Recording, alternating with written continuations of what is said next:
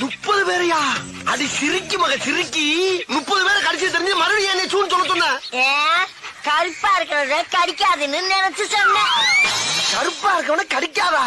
அது ஏன் சொன்னா? அந்த முக்குல மொட்டை மொட்டை டாக்டர் இருக்கா, அவங்கிட்ட போய் இடுப்ப சுத்தி 20 ஊசி போட்டு போற.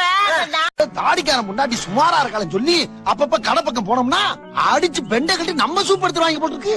அப்பா என்ன அடி! வானே உன் பெருமையை பத்தி தான் பேசிட்டே வந்தேன். என்ன நீ அவங்களோட சண்டியா? என் முன்னாடி சுமாரா வாடா இருக்கா?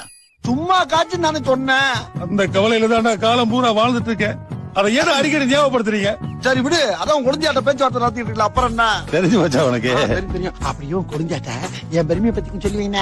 ஏற்கனவே நிறைய சொல்லியிருக்கேன். என்ன சொன்னா? அவன் ஒரு 7 தடவை ஜெயிலுக்கு போயிருக்கான், அதனால எய்ட்ஸ் வந்துருக்குன்னு சொன்னேன். நிறைய வச்சிருக்கு, சொல்லட்டுமா?